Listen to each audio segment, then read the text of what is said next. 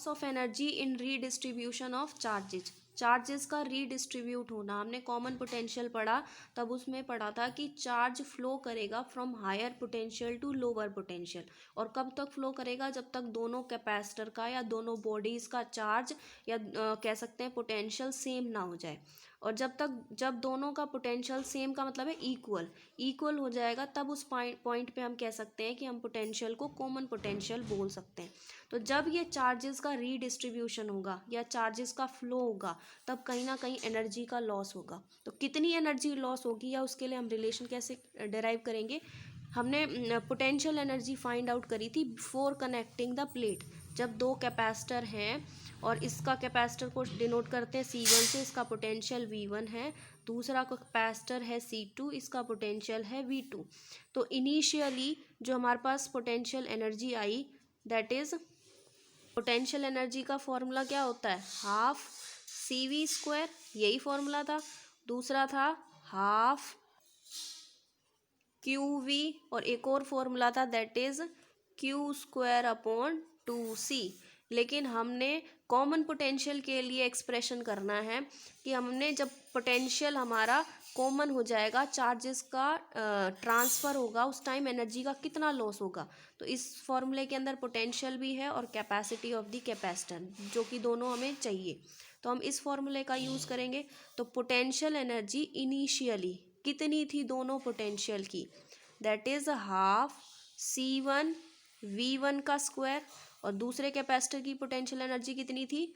Half C2 V2 का square. ये थी इनिशियली, जब हमने इन दोनों प्लेट्स को जोड़ा नहीं था, कनेक्ट नहीं किया। आफ्टर कनेक्शन, जब एक पॉइंट आया आफ्टर कनेक्शन कि चार्ज दोनों में इक्वल होगा, दोनों कैपेसिटर में दोनों का पोटेंशियल बराबर हो गया, and we can say that कि V हमारे पास कॉमन पोटेंशियल है।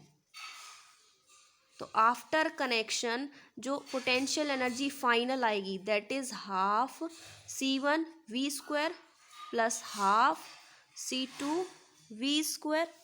तो potential energy half after connection ये आ गई हमारे पास, half C1 V² plus half C2 V²। तो इस एक्सप्रेशन को हम ऐसे लिख सकते हैं, half C1 plus C2 into में V, यहाँ V2 नहीं आएगा, V² इंटू में V² and V is the common potential. Common potential के लिए एक्सप्रेशन क्या आया था? C1 V1 plus C2 V2 upon C1 plus C2। जब हमने पॉजिटिव प्लेट को पॉजिटिव से और negative plate of the capacitor को नेगेटिव से जोड़ा है, लेकिन जब पॉजिटिव को नेगेटिव से जोड़ोगे और नेगेटिव को पॉजिटिव से जोड़ोगे, तब एक्सप्रेशन हमारे पास ये आया है। लेकिन हम इसके लिए लेके चलते हैं, तो इस पोटेंशियल की वैल्यू इसमें पुट कर दोगे तो क्या आ जाएगी? Final potential energy half C1 plus C2, और V² की जगह C1 V1 plus C2 V2 upon C1 plus C2 का होल स्क्वायर। तो इस इक्वेशन को आप सॉल्व करोगे तो U फाइनल मतलब पोटेंशियल एनर्जी आफ्टर कनेक्शन कितनी आ गई? Half C1 V1 plus C2 V2 का होल स्क्वायर अपॉन में C1 plus C2।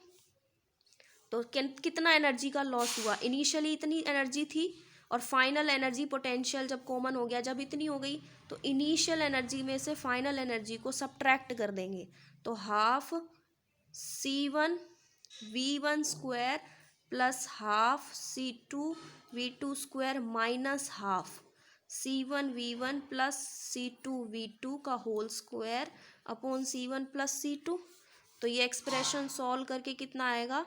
U initial minus U final is equals to half C1 C2 V1 minus V2 का whole square upon C1 plus C2।